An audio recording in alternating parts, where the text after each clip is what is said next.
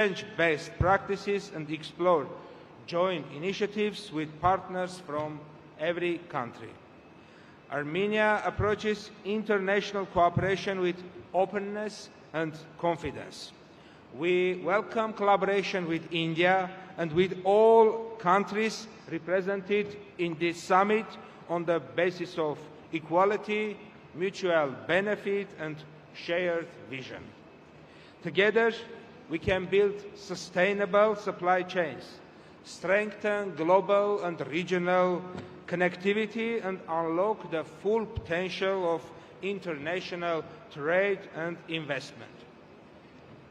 Ladies and gentlemen, in conclusion, I would like to reaffirm Armenia's readiness to engage in constructive partnership that advance shared prosperity and peace. The Partnership Summit reminds us that true progress comes not from competition, but from collaboration, from building bridges rather than barriers. Armenia stands ready to contribute to this common goal and to work hand in hand with all of you to create a more interconnected and sustainable future. Thank you once again. Thank you, sir. Thank you very much for your comments and address. And now I therefore move to Canada and the Minister of International Trade, the Honorable Mr. Sidhu.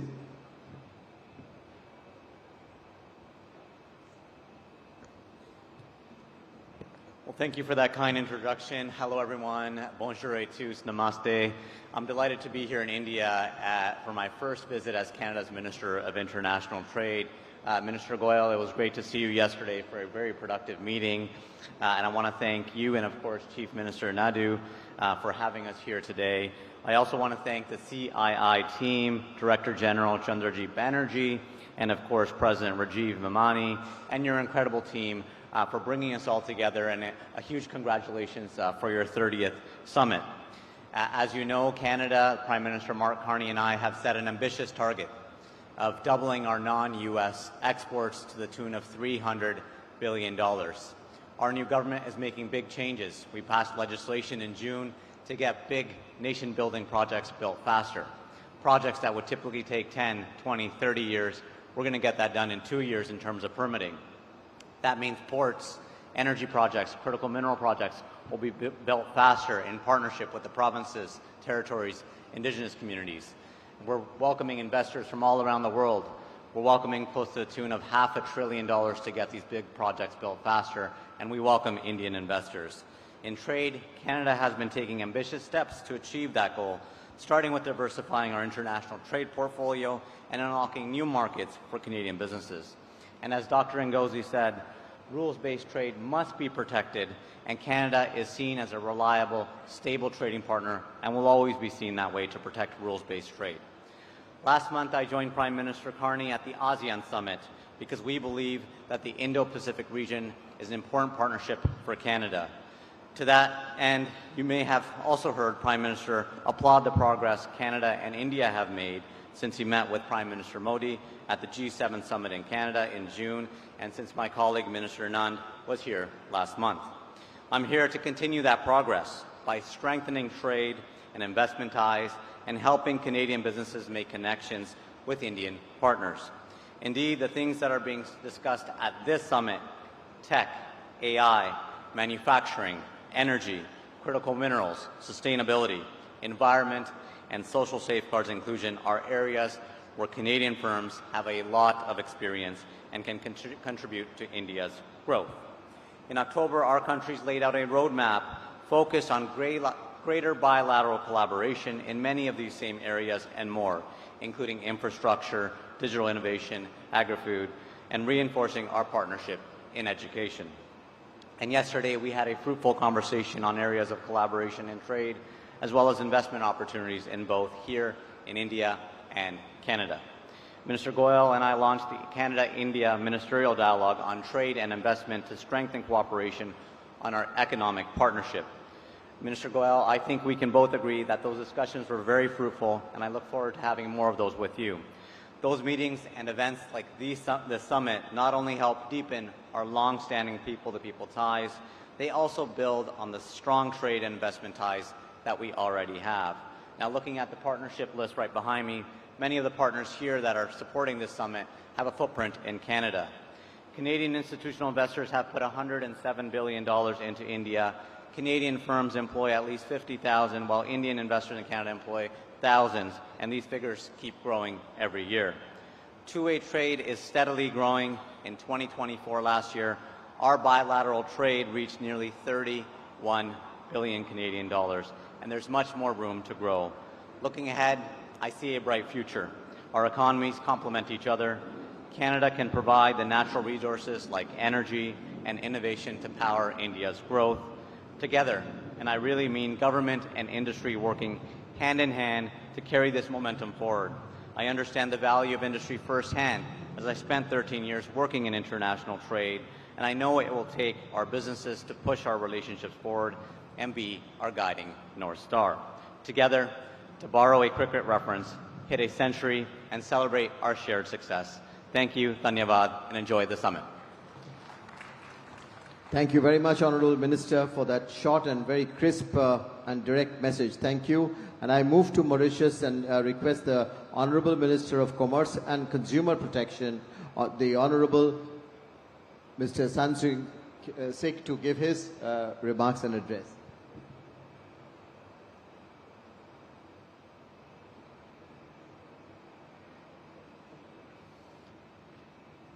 Honorable Chief Minister of Andhra Pradesh, Honorable Minister of Commerce and Industry of India, my good friend Honorable Piyush Goyal, distinguished ministers, excellencies, esteemed business leaders, ladies and gentlemen. It is with great pleasure that I address you today. Only a few months ago, at the 20th CII India-Africa Conclave in New Delhi, we stood together to reaffirm a vision of deeper partnership between India and Africa, anchored in trade, trust and technology. That meeting was not a ceremonial exercise.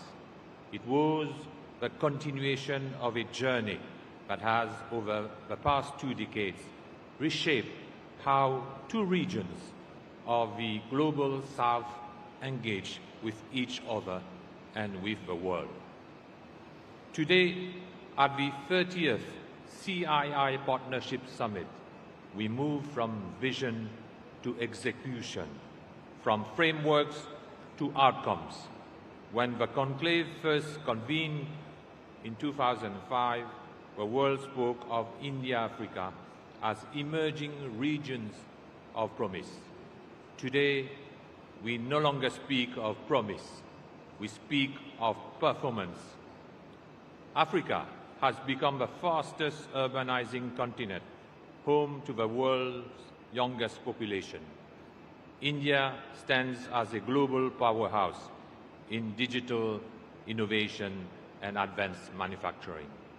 And Mauritius has remained the trusted bridge between these two regions, connecting markets, investors, and aspiration across the Indian Ocean. Earlier this year, the visit of Prime Minister Shri Narendra Modi to Mauritius marked a defining moment with the adoption of the India-Mauritius Joint Vision for an enhanced strategic partnership, reaffirming both governments' commitment to deepen collaboration in trade, investment, innovation, and financial services. This renewed framework underscores that our cooperation now extends beyond commerce. It is about building shared capacity and resilience across the Indian Ocean region. Mauritius has become the testing ground for this new architecture of trade between India and Africa. Indian enterprises today operate across our banking, ICT, construction, and energy sectors, while Mauritian investors are increasing their presence in India, particularly in financial and professional services. The relationship between India and Mauritius remains one of the enduring depth, building on trade, investment, and shared prosperity. Over the past 5 years, India has consistently ranked among the leading trading partners of Mauritius, representing about 11% of our total imports and standing as the third largest source of goods to the Mauritian markets. The volume of exports from India to Mauritius demonstrates the strength and stability of this partnership, valued at $646 million USD in 2023 and $766 million USD in 2024. India's top 5 exports to Mauritius include pharmaceuticals, cotton, cereals, motor vehicles, and mineral fuels. India also remains a key supplier of yarn and fabrics, which support Mauritius textile and clothing industry, one of the backbones of our manufacturing sector. Conversely, Mauritian exports to India have steadily diversified from 24 million USD in 2019 to 46 million USD in 2024, comprising mainly medical devices, waste, and scrap of cast iron, aluminium, alloy, steel, and lead acid accumulators. Investment flows tells an equally compelling story. Cumulative FDI equity inflows from India to Mauritius between April 2000 and March 2025 total to 180 billion USD, accounting for around 25% of India's total FDI inflows during that period. This partnership is reinforced by the strong institutional and corporate presence of India and Mauritius. Prominent Indian public sector enterprises, including the Bank of Baroda, Life Insurance Corporation, New India Assurance Corporation, Telecommunication Consultants India Limited, Indian Oil Mauritius Limited, Mahanagar Telephone Mauritius Limited, and the State Bank of India Mauritius Limited, have established operations that go beyond commerce. Through their corporate social responsibility programs, these entities have contributed significantly to community development, education, and skills transfer in Mauritius. The human dimension of this partnership is equally strong.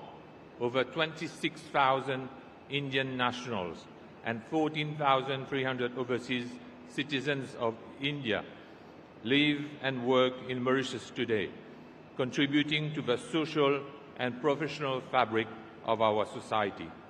Meanwhile, 64 Indian companies have invested across key sectors, including healthcare, education, ICT, free port, logistics, and financial services, with renowned names such as Amenity University, Infosys, Dr. Agarwal's Eye Hospital, and the Oberoi Group, playing a visible role in Mauritius' economic landscape.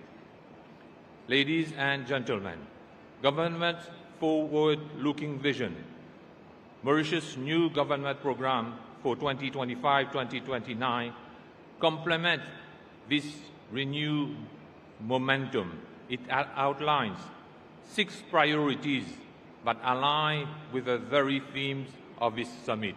Number 1, a new economic model. Number 2, ocean economy. Number 3, food security and agro-industry. Number 4, green energy and climate diplomacy. Number 5, digital transformation. And number 6, consumer protection, and fair markets. Each of these pillars is designed not only for national growth, but to strengthen our collective economic space, the India-Africa-Mauritius axis of shared prosperity. The recent state visit of the Prime Minister of Mauritius, Dr. Navin Chandra Rangulam, to India further deepened this momentum.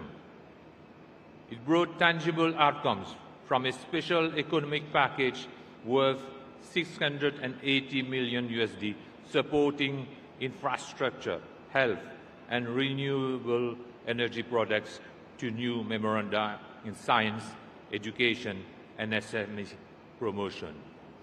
These outcomes testifies that our partnership continues to evolve from sentiments to substance, from shared heritage to shared prosperity.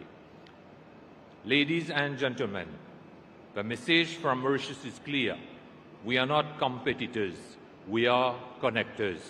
Mauritius is ready to be the platform where African resources meet India's innovation and scale. African manufacturing expands through Indian investment, and Africa's young talent learns through India's experience, anchored in Mauritius' regional infrastructure, education, and finance. The themes of this summit, technology, trust, and trade, are not abstract for us. They reflect how Mauritius operates and what we offer. Access through trade agreements across 3 continents. Stability through sound governance and transparent regulation. Connectivity through maritime, digital, and financial networks. And above all, trust built through decades of partnership with India. We are now exploring with CII and partner countries the possibility of a Mauritius-India-Africa Business Innovation Forum, a standing platform to turn today's idea into tomorrow's project. Because it is no longer enough to talk about cooperation, we must operationalize it. As we mark 20 years since this conclave began, we can be proud of how far we have come, yet clear-eyed about how far we must still go. History will not remember the size of our economies, but the scale of our ambitions and the sincerity with which we build bridges across the Indian Ocean. Mauritius reaffirms its unwavering commitment to remain and to strengthen its role as India's closest, most reliable and forward-looking partner in Africa. Together, let us shape a new global architecture, one defined not by distance or dominance, but by cooperation, connectivity, and shared destiny. Thank you for your attention. Thank you very much, sir. Thank you. And I now move to Nepal and the Minister of Industry, Commerce and Supplies, the Honorable Mr. Anil Kumar Sinha.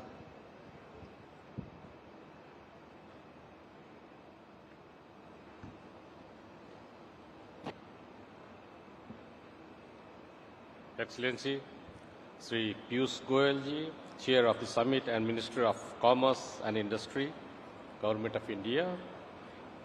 Excellency, Sri N. Chandrababu Naidu, Chief Minister of Andhra Pradesh. Excellencies, distinguished guests, ladies and gentlemen. I extend my sincere thanks for Your Excellency, Sri Piyush Goyal ji, Chair of this Summit and Minister of Commerce and Industry of Government of India, for cordial invitation to me to this vibrant summit.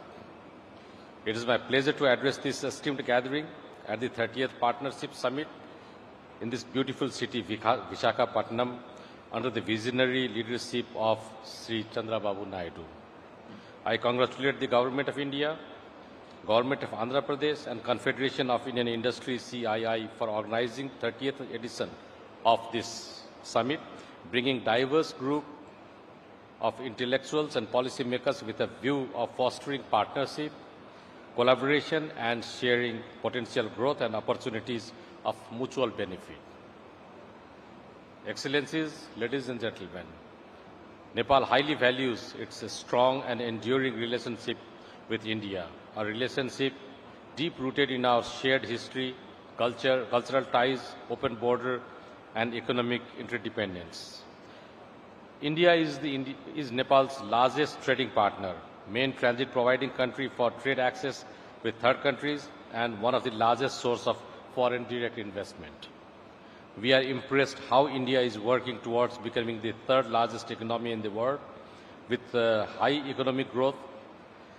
These efforts will not only support to achieve the dream of vibrant Viksit Bharat of Indian people, but also to contribute to the economic transformation of this region. Excellencies, ladies and gentlemen, there is a profound shift in the global economy.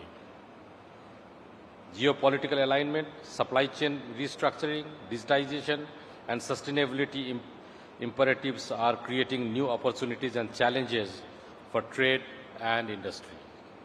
Technology also offers new modes of service exports, digital trade, e-commerce, and cross-border platforms, which help us to integrate into regional and global value chains. In the view of new geo-economic order, technology alone is not enough. Trust is the bedrock upon which trade and investment flourish. The theme of this summit, technology, trust, and trade navigating the new geo-economic order, resonates deeply with Nepal's need to achieve economic development as the country has now embarked onto the path of economic development and prosperity. On this occasion, let me allow to highlight a brief overview of Nepal's recent political change and economic development efforts made by the government to create enabling business and investment-friendly environment. Recent Gen Z movement in Nepal was unprecedented.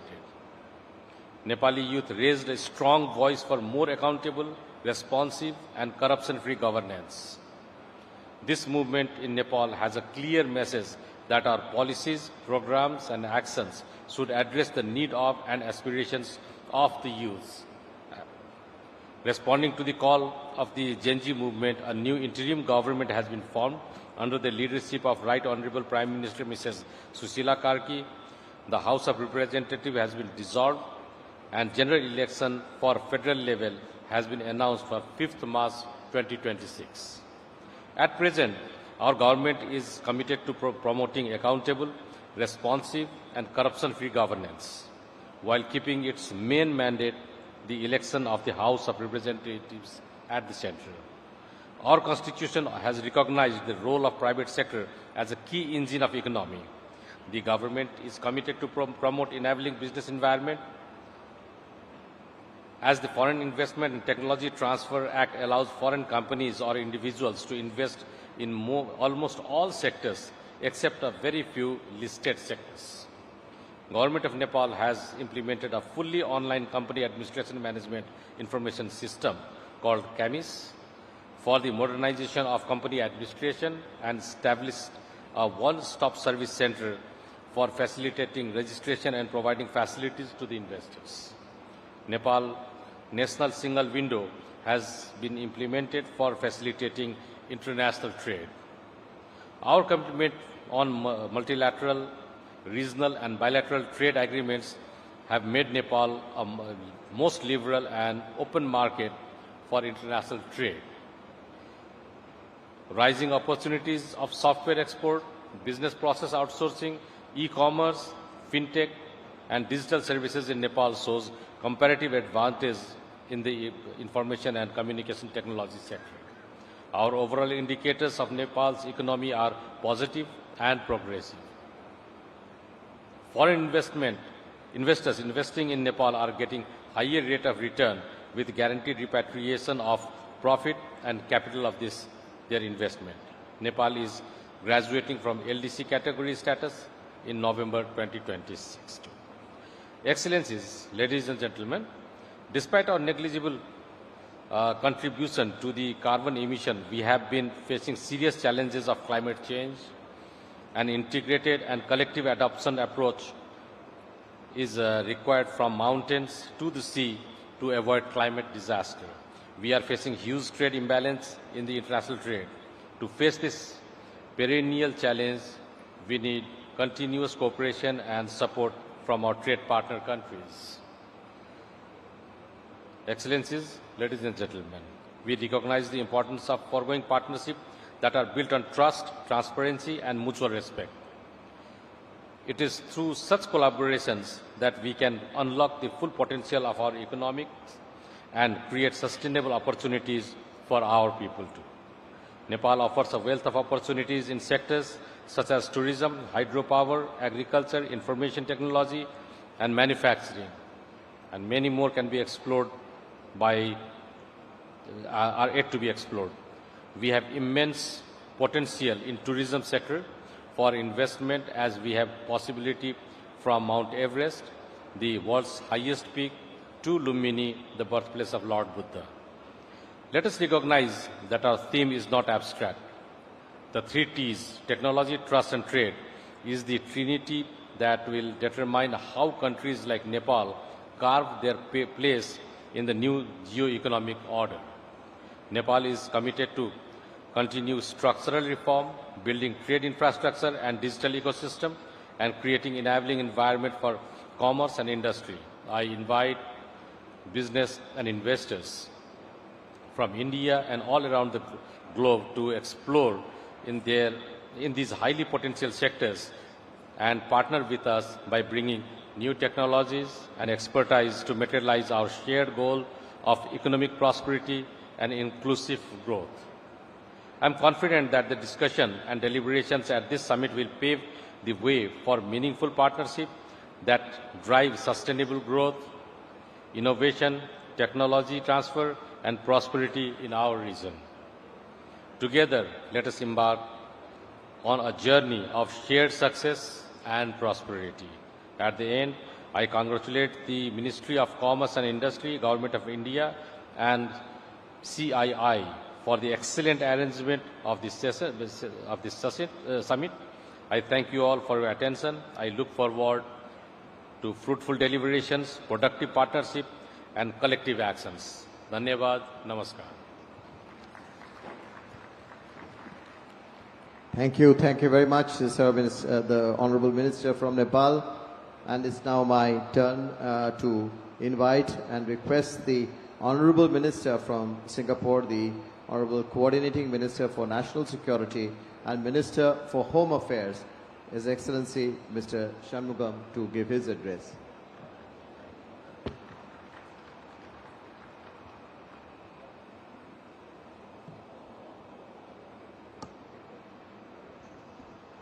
Honorable Chief Minister of Andhra Pradesh, Shri Chandrababu Naidu, Honorable Minister of Commerce and Industry, Shri Piyush Goyal, Ministers, Excellencies, business leaders, ladies and gentlemen. In the interest of time, I will skip some of my introductory remarks. This is a time of disruption to the world order. There is great uncertainty as to how the changes will work out. We in Singapore believe in the growth of India, and relations between India and Singapore are strong, and they are expanding in scope and depth. We have put in place a wide-ranging, comprehensive strategic partnership between our two countries. The India-Singapore Ministerial Roundtable, ISMR, and the India-Singapore Business Roundtable, ISBR, are now in their 3rd year, and they are the structural mechanisms for the relationship between the two countries. And they underpin our cooperation in many areas, including what I would say the following pillars: sustainability, digitalization, skills development, connectivity, healthcare and medicine, and advanced manufacturing. And in these times of global uncertainty, where the global supply chains are being affected, global trade is being affected, strong ties between like-minded countries, either bilaterally or in groups, can help those who are involved to steer through the turbulence that all of us face. And between India and Singapore, our people-to-people ties, business-to-business ties are long-standing and they are extremely strong. Many Singaporeans have deep roots in India. Many Indian families have members who are either studying or working in Singapore. And many Singaporean companies are investing in India, doing good business with Indian partners, and vice versa. Last year, India attracted close to US $15 billion from investors in Singapore. That's 20% of all FDI into India. Yesterday, my colleague, Minister Gan Xiao Hung, visited the new AI SATS logistics park in Bengaluru.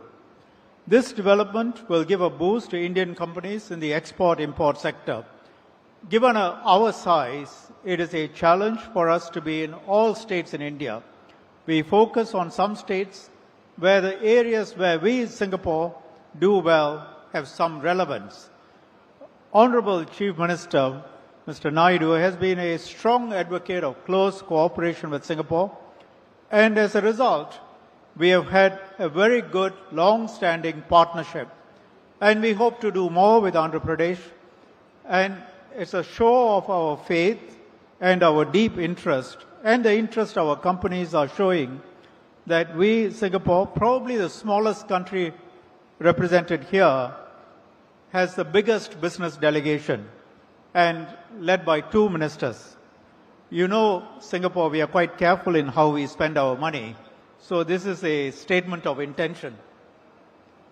Later today, our respective governments will sign a memorandum of understanding to establish a framework of cooperation in sustainable urban governance, digital governance, human resource development, and sustainable economic development.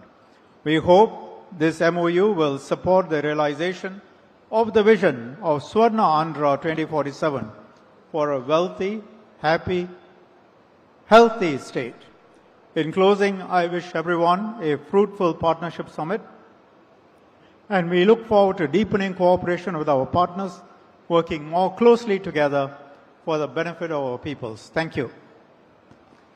Thank you. Thank you very much, Honorable Minister, for that very sharp, short and sweet message. Thank you. And I now request the Honorable Minister from Venezuela, the Minister of People's Power of Ecological Mining Development, His Excellency Hector Hernandez, to please address us.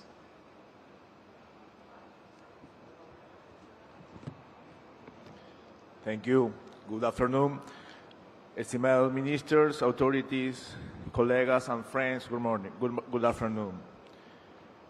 On behalf of President Nicolas Maduro and Vice President Delcy Rodriguez, I would like to thank the Honorable Excellency Minister Goyal for this cordial invitation to participate in this event, which stands on an important global platform to promoting cooperation and economic and trade issues at a time of profound geopolitical transformation.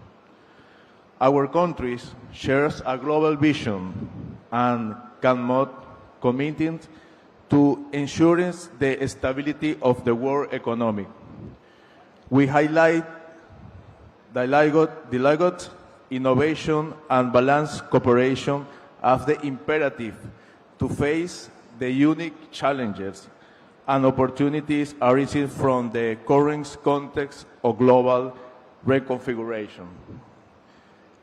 Likewise, Latin American and Caribbean, particularly Venezuela, represent great potential oil, gas, minerals, and many other reserves. The region is positioned as an important energy supplier, capacity to meet global demands, specifically that of India, which is projected to drive a 23% increase in global energy demand by 2015, due to this improved development. In the economy our countries share more than 66 years of relation, marked by long-term cooperation based on the recognition of our complementations. Venezuela is an energy powerhouse, holding the world's largest oil reserve, over 303 billion barrels, and as well the world's ninth largest gas reserve. Our weight in the global energy matrix continues to grow, projected to the former by 2030-2050. Additionally, Venezuela represents a key player to the global mining industry, ranking among the top countries in metallic and non-metallic minerals, as well as rare earth deposits essential for the energy transition. We are confident that the cooperation with India will continue to strengthen, taking advantage of opportunity to expand technical and productive capacity, and forest technology enterprise within industrial space and our countries and Latin America, an essential contribution to building to multipolar world. It is also important to highlight to our country holds 2,700 certificate tons of gold and more than 5,000 additional tons per into certificate. Likewise, we have 314 million tons of nickel, 1.6 billion tons of iron, 340 million tons of bauxite, and 1.1 billion tons of coal. India is emerging as global power by upholding this conviction that the world is one family. As one family, we must coexist without hegemonics, without empires, and without corporations' dictatorships. These visions align with the collective efforts of BRICS to promote the global development and growth. Brothers and sisters of India, the last partnership summit you addressed the importance of global cooperation to strengthen alliances and overcome challenges. Under this premise, Venezuela is here today to propose give you priority and Spain of the implementation of the new economy, trade, science, and technology policies adapt to a new international reality. Under the leadership of President Nicolás Maduro, the economy policy of the Bolivarian government continues to promote to the diversification and transformation of our economy. Venezuela is ready to receive investments and has the clear plan to directly to research, technology, and the offer to the externship the national market and expand our position in international markets. From Venezuela, we are reaffirm our commitment to advance a new initiative and industrial and productive projects to grow and development for our country, build our unity, solidarity, and complementary. Thank you so much. Thank you very much. And now I move to the last panelist at this session, Excellency, the Executive Secretary of the United Nations Economic and Social Commission, the UNESCAP, and the Under-Secretary General of the United Nations, Ms. Amalda.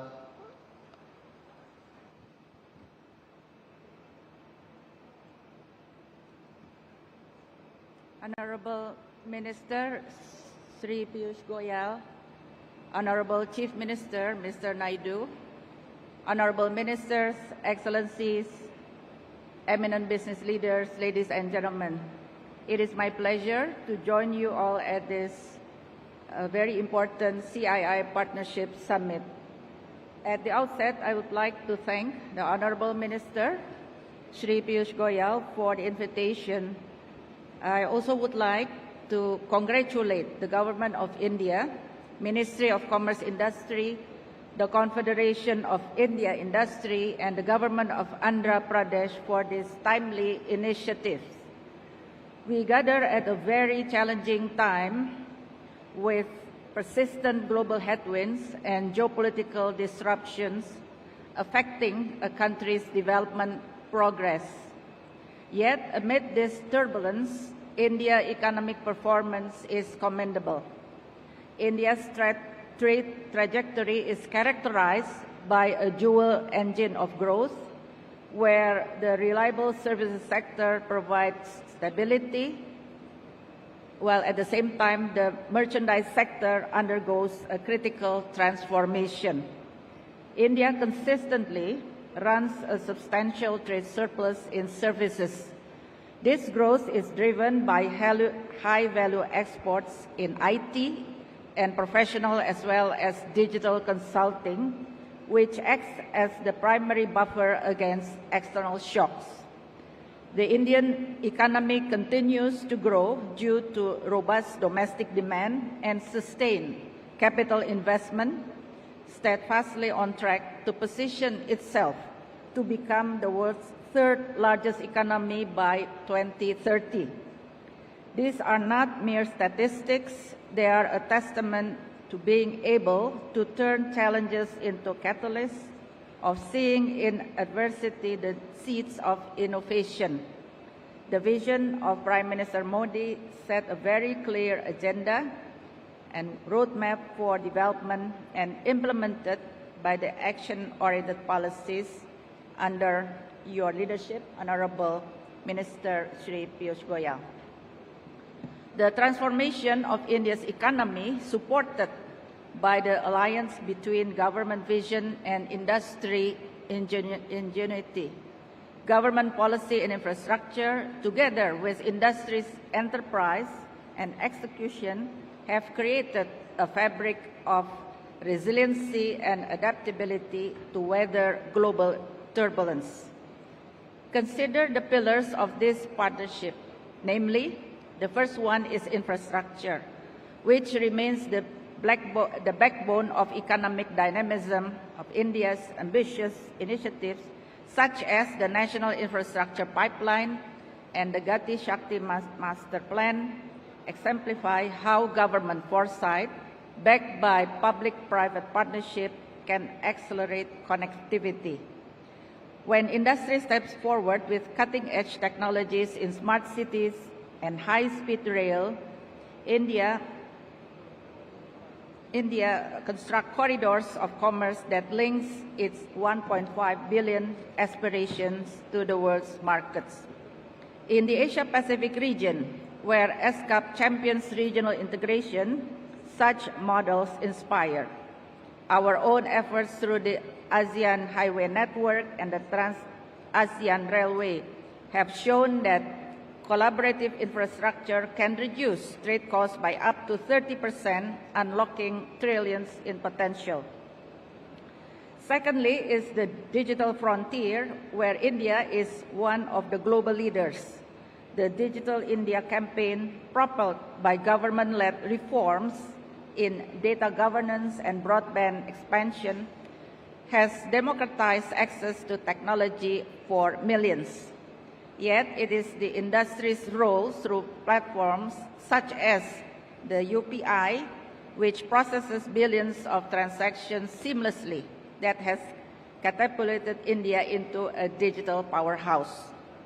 As we navigate the fourth industrial revolution, this partnership must evolve, in which governments must foster enabling regulations while industries invest in skilling the workforce for AI and cybersecurity. We see this as key to our region. Bridging the digital divide could add about $1.5 trillion to the region's GDP by 2030. India's model shows how proactive collaboration can make digital dividends inclusive, ensuring no one is left behind in the race to the cloud. And finally, the green transition is an imperative that tests our collective resolve on climate action. Government incentives such as the production link incentive scheme for renewables, coupled with industry's innovation in solar and electric mobility, are driving a just energy transition. Together, they are creating jobs, curbing emissions, and positioning India as a leader in sustainable manufacturing. Imagine green hydrogen hubs powered by partnerships that export clean tech to a decarbonizing world. In closing, we see that India's 6.5% trajectory, we see it as your invitation to collaborate and not to compete. Let government and industry be partners in building not walls of protectionism, but windows of possibility and opportunity. Thank you very much for your kind attention. I wish you all a very successful summit. Thank you very much. Thank you very much for your address, and really would be grateful to you for your continued engagement in the matters that you have raised. I now turn to our two chairs and co-chairs, and I'll first request our Honorable Minister for Commerce and Industry to give his comments and remarks. First, please. Yeah, you. Right. So thank you, Mr. Minister, and now may I therefore request Mr. Chandrababu Naidu Garu, the Honorable Chief Minister of Andhra Pradesh, to make his comments, please.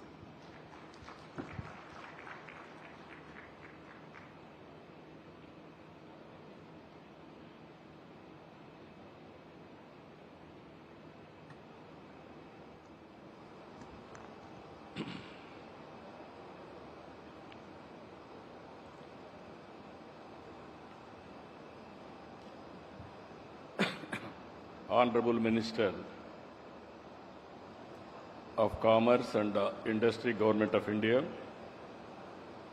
Chairman, 30th CII Partnership Summit, Sri Piyush Goyal ji,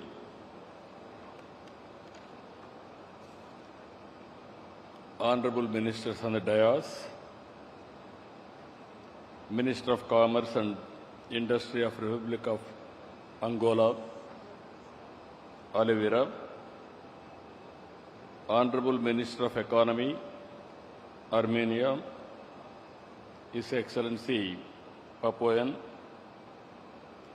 Honorable Minister of International Trade, Canada, Honorable Mahendra Sindhu, Honorable Minister of Commerce and Consumer Protection, Mauritius, Honorable John Michael, Minister of Trade and Commerce and Civil Supplies, Nepal, Anil Kumar Simhaji, Honorable Minister, Singapore, Coordinating Minister of our National Security and Minister of Home Affairs, His Excellency Shanmugam Garu, Honorable Minister for Venezuela, His Excellency Hector, World Trade Organization Director General, Honorable Avela, Under Secretary General, United Nations, Honorable Armida, and friends. We had elaborate speeches in the inaugural session. Today, I am very happy to receive so many delegates. Overall international registrations, 560, and also diplomats, 58 members, 13 different countries, ambassadors, high commissioners, 4 deputy heads of missions, 5 council generals, number of countries participation, 62 countries. Asia alone, 23 countries, and also Europe, 20 countries, North America, 2 countries, South America, 5 countries, Africa, 10 countries, Oceania, 2 countries.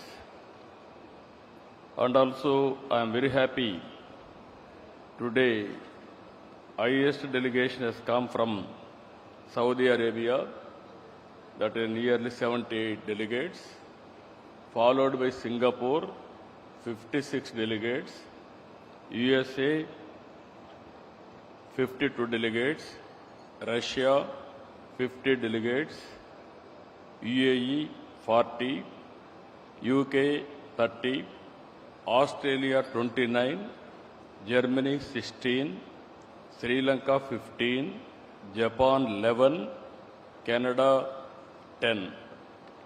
These are all the top countries which are representing more than 10. We are very happy. It is not only investment summit. As a matter of fact, these 2 days, nearly we are having 46 sessions. Even every year I used to go to Davos. In Davos, we can network, we can learn what is happening globally, and also we can have business. It is a win-win situation. Same thing here. Nearly 76 international experts are going to discuss on various subjects. According to me, learning and de-learning is a continuous process. World is moving very fast. Sometimes what you learned yesterday, it is irrelevant today. And also technology breakthroughs have come in a big way. So here, we can offer to you in Andhra Pradesh. It is also another important issue I want to place before you. All 62 countries you attended here. Your trade delegations are here. If you can invest in India, in turn, all of us, even from India, will invest in different countries. That is the biggest harmony we can establish. We can understand each other, we will respect each other, and also in future we will live together. According to me, today we are seeing geopolitical situations. Even to maintain harmony, this is one way all of us has to work together. Even there are developing countries, there are developed countries, even small countries are doing extremely well. Even Singapore, even Dubai, their population is very small, but their best practices and also their achievements, if you can see, yes, recently I was in Dubai. They are planning very soon, within 1 year time, drone taxis. That is how things are happening. Even Singapore, from the beginning, they are helping us so many things. Even AMARAVATI master plan, they have planned extremely well. So these are all the best practices we can learn each other for global good and also mutual benefit. Here I can offer you Araku coffee you have tasted. Even just now I have served here one of the best coffee, organic coffee, produced in tribal area. Next time, I want to take all of you to tribal area for experience to have coffee in tribal gardens. That is coffee gardens itself, you can have coffee. It is not far away, 1 hour, we can have a break and then go and, or otherwise one evening, we can have a dinner in that area.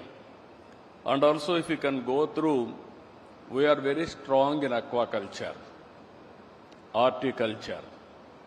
There we are going to produce our products with certification and traceability. That is how we are moving. Anybody wanted to learn natural farming, they can come. Or otherwise, you are doing better than us, we are prepared to learn from you. Green energy, this is a big breakthrough. Environmental sustainability, even microgrids, we can plan it. And also next level, we can go for green hydrogen, ammonia, and so many developments we can work together. And also minerals, it is a new area. Lot of things we have to learn each other for value addition. Even rare earth minerals are available in Andhra Pradesh. Anybody is having new technology or new ideas about it, we are prepared to work with them. This is another area. Ultimately, tourism. It is a big area. Everybody is worried now. AI, because of AI, we may lose jobs. To compensate jobs, only the sector, tourism sector. Even we are having long coastline, even excellent beaches, excellent sea cruises. Gandikota, it is similar or better than Grand Canyon, and also culinary tourism, one of the best food. You are all tasting now. Indian food is the best food. Anybody will come to India or anywhere in the world, we are having different types of food. Every state is different. Every cuisine is different. That is where we can provide one of the best food. And also Buddhist trails, one of the best place, even Buddhist circuits. And also temple circuits, one of the best. You can experience new experiences. What is our tradition? What is our legacy? What is our civilization? All these things we can learn with this. And also homestays we are promoting now in a big way. Anybody wanted to experience, go to tribal area, stay with them and learn their culture, their civilization, everything we can work with them. Even we are promoting experience centers, handicrafts, handloom. These are all the experience centers we are promoting in a big way. Now deep technology, I told you morning, earlier inaugural session. Now we have reached a stage in governance, data-driven governance. All data in data lake, either central government or state government, historical data, present data, everything on data lake. Then we are collecting real-time data, rainfall, temperature, humidity, groundwater, reservoir water, you name anything, around 45 parameters we are collecting real-time through satellite, drone, CCTV cameras, sensors, everything.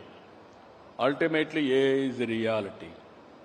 Now, artificial intelligence, we can use it for everything. We can communicate real-time, right solution. That is how things are happening. Now, governments are competing with private sector. This is where we are doing in that direction. Recently, we handled one cyclone. Prediction, preparedness, execution with team spirit.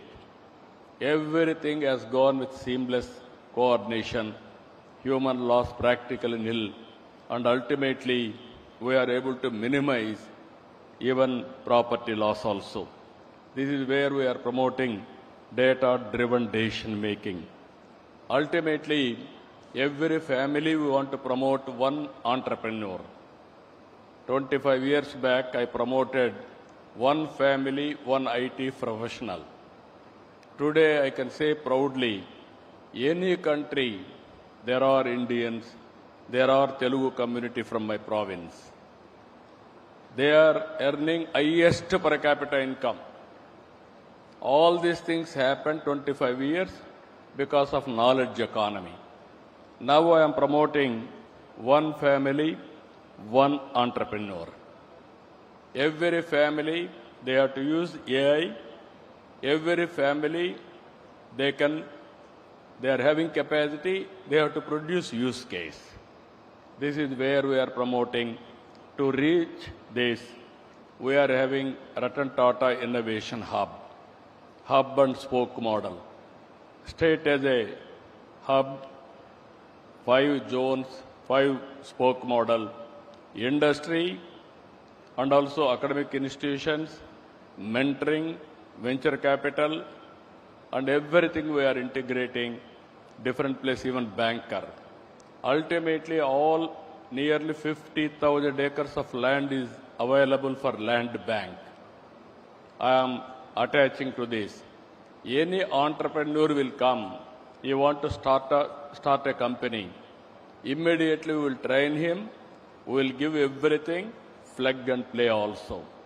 That is where in future, to start a company in knowledge economy, distance is not the constraint.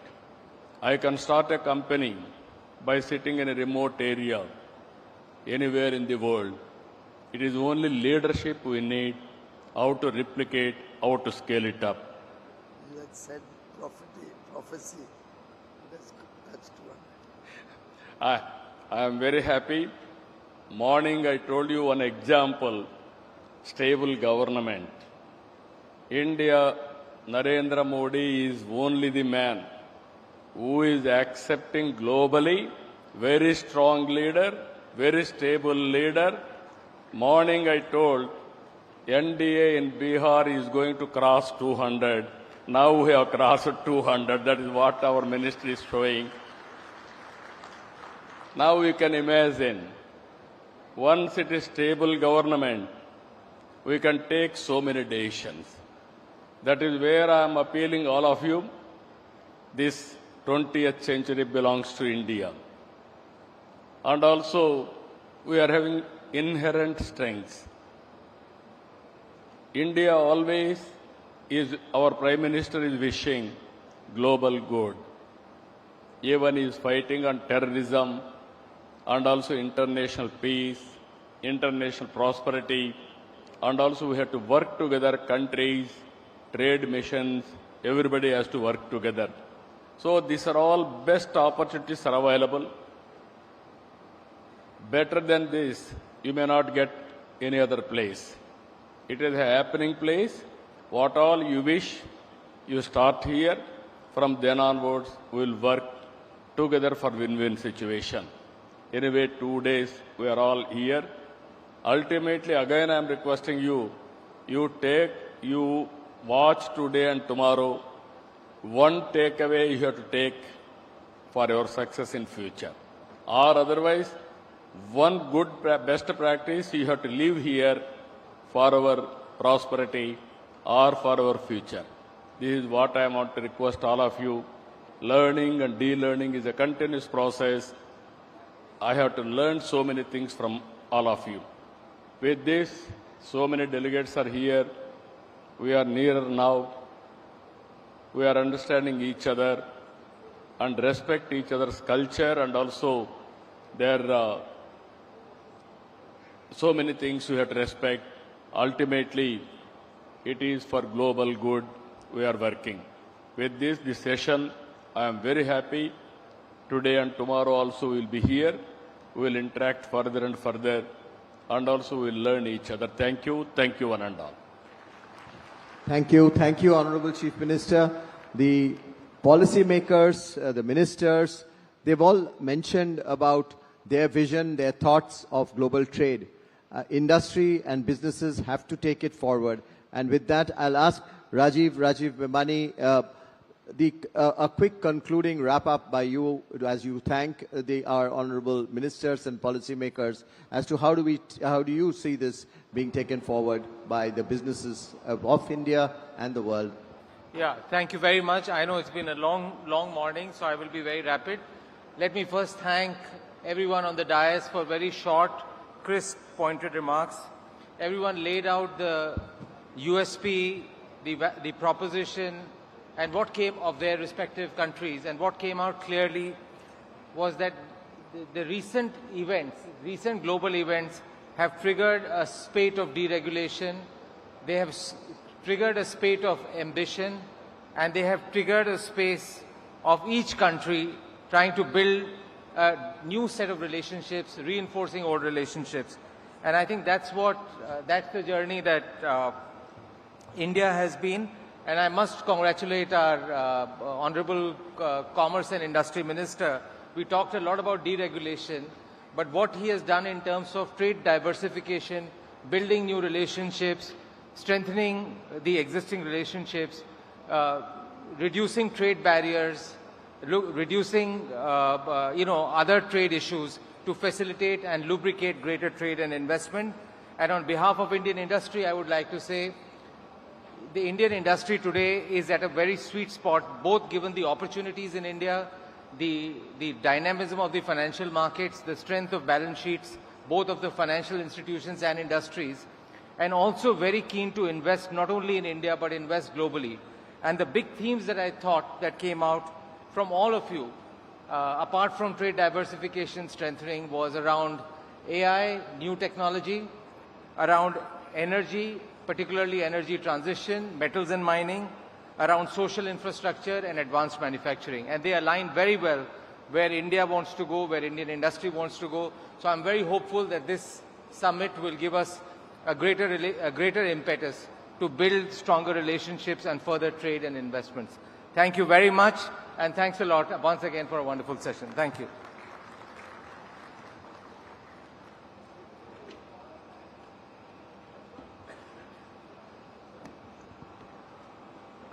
Ladies and gentlemen, after this photo opportunity, we will conclude this session.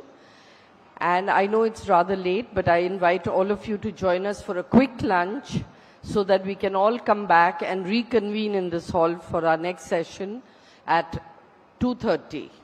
Request all of you to please come back after a quick lunch by 2:30, and we'll start our next session thereafter. Thank you very much.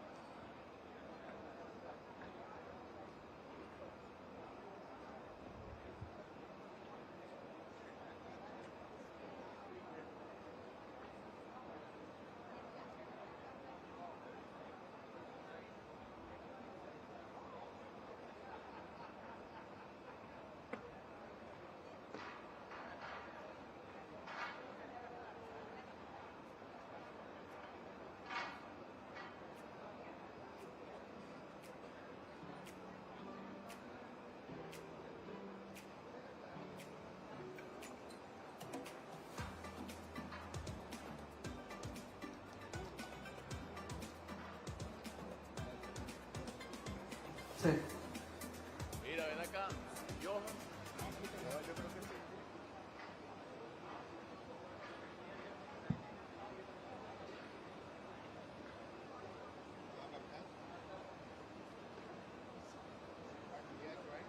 Go quickly by the time it's